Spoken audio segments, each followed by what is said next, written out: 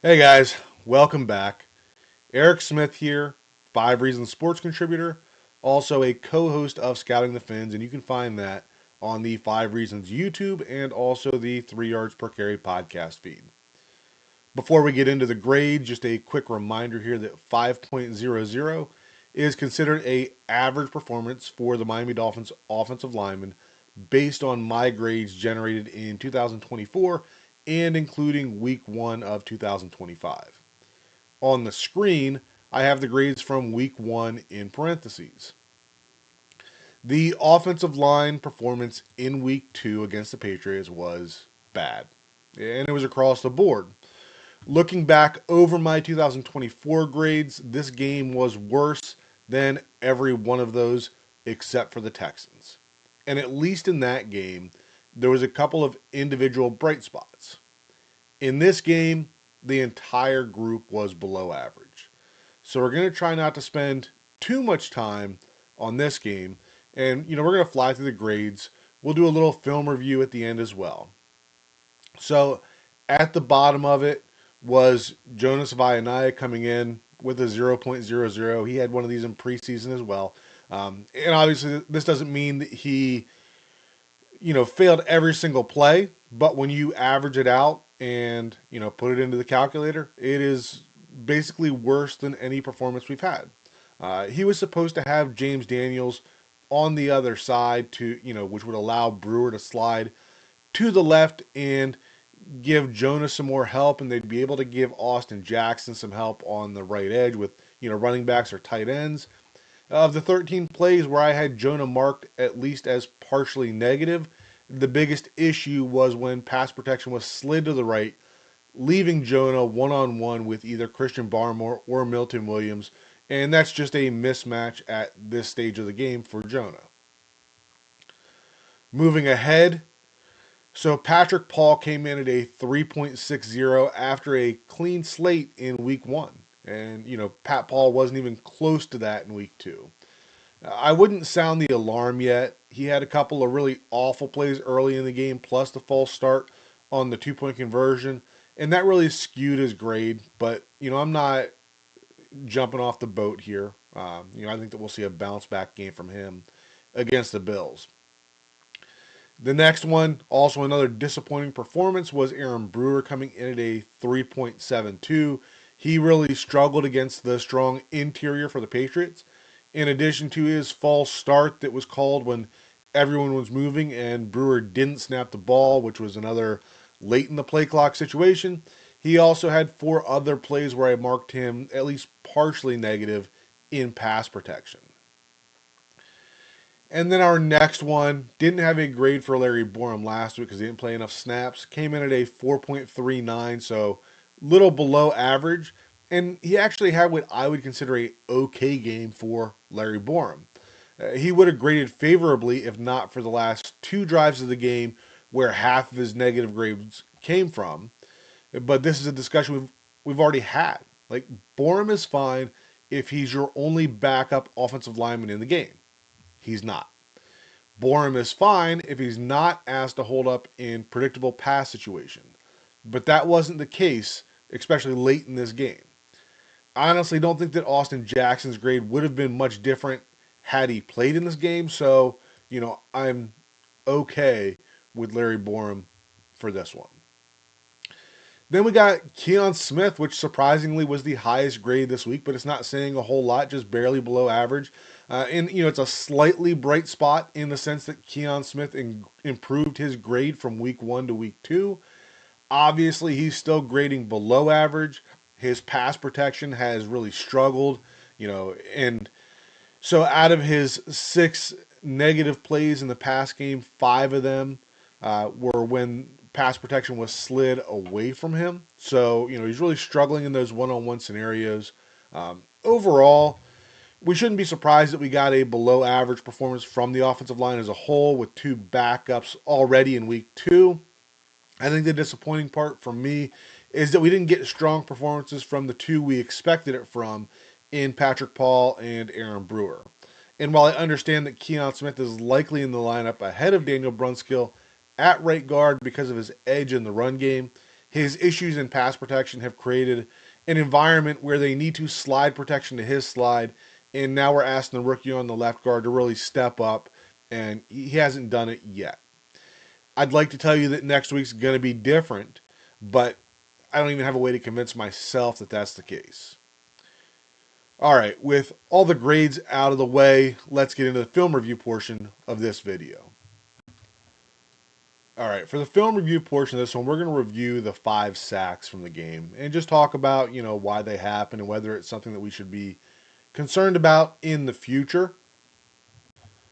And on this first one, sometimes you get scenarios where somebody doesn't just get beat cleanly, it's a combination of things. So as we watch this first play, uh, you know, let's start out with Jonah on the left side here. And as he sets, he's beaten to the outside, right? His feet kind of stop, and he's now chasing. Does a okay job kind of flipping around, getting that right hand on the hip, trying to run him upfield. And maybe you can get by with that. But on the right side, you have, again, not a awful loss here, but Larry Borum coming back to the inside on the twist, giving up some penetration there. If you don't have both of those defenders essentially meeting at the launch point of the quarterback, then maybe you are able to get this one off or, shuffle, get out of the way. Instead, you have Tua having to stay back in the pocket where Patrick Paul's guy is getting run deep. Right, he steps out, slips. I mean, technically, if you had a more mobile quarterback, then maybe you don't have this issue. But this one just felt to me like, kind of a perfect storm of, we don't need everybody to win every rep. But when we have 2 offensive linemen that aren't just getting beat clean, but are not winning their reps either, combined with the quarterback slipping as he gets out of the pocket, then you end up with a sack.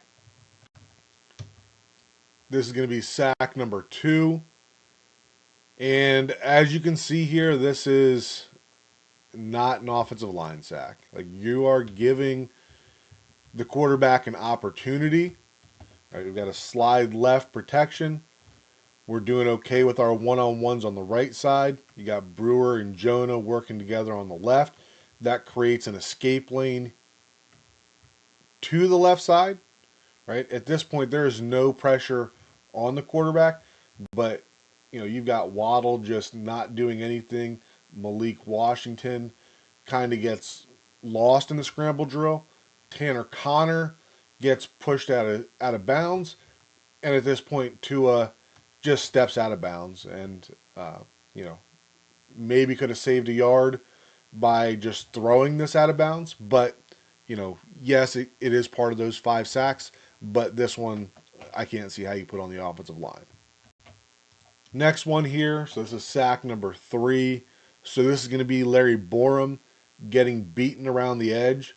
Not a great job by Jonah either, but at least Jonah is able to maintain the width of the pocket for the most part and take his guy upfield. Larry Borum on the right side here gets his hands completely swiped away as Harold Landry is dipping underneath. But as we talked about in the grade portion of this, if we're asking Larry Borum to block most defensive ends in a wide 9 alignment here, it's not going to go well. When you have these scenarios, this ball has to be out immediately, right? You have all this open space here. Why are we not running a slant to Achane and getting it out immediately to let him do something? So, yes, the sack is on Larry Borum.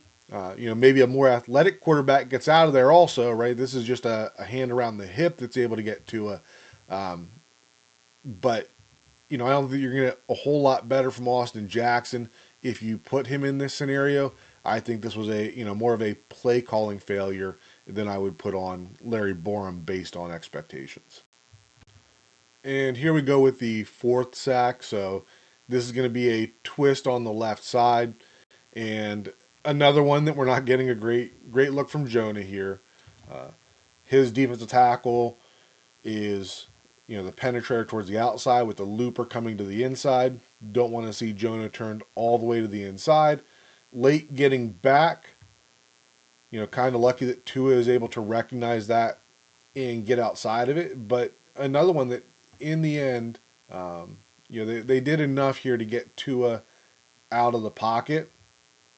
Right now, at this point, this is not an offensive line sack at this point. Uh, would like to see Tua either, put it out here on the outside, let Waddle have a chance at, one of those balls that either goes out of bounds or gives him a toe tap, or we've got Tanner Connor uncovering to the inside. Instead, he just kind of walks out of bounds. So this one, little frustrating in that sense that you're really not pressured at all. And, I get that they want Tua to stay healthy, but this is a late game scenario. You've still got to be able to make plays in key situations, and just not doing it here. But again, this is Jonah got marked negative for this play, but taking the sack, I would not call this an offensive line sack. All right, so last sack here, obviously the last offensive play of the game. And I think that basically everybody outside of Patrick Paul should take some fault on this. So you have a slide right protection. You have Julian Hill that's chipping and releasing. Paul's doing a good job out here on Caleb Chason. Moving over, you've got Jonah one-on-one with Christian Barmore. Starts out okay, but is off balance. Barmore tries to rip or give a hump move underneath, and Jonah is way off balance. He is lucky that Barmore also was off balance on that move. So Barmore's not able to make the play, but that flash of blue on that side may have been enough that enticed Tua not to try to step up to the pocket here. So definitely doesn't get a complete pass there. And then we've got a slide right protection here with Brewer, Keon Smith, Larry Borum, all sliding to the right to handle two pass rushers, and that goes, completely haywire. Keon Smith actually gets a good punch there, widens out Milton Williams, but because of the space created, is not able to maintain contact. Williams is able to continue upfield, and then for a big guy, does a solid job of kind of dipping around the edge here to get the sack. You've also got Aaron Brewer, who I think sees that and realizes the issue and tries to save that, but at the same time puts him in a poor position to try to get Landry. Borum on the outside here. Don't give him too much blame here because he has outside accountability. Would obviously be nice to see him be able to slide back in and get a piece of Milton Williams.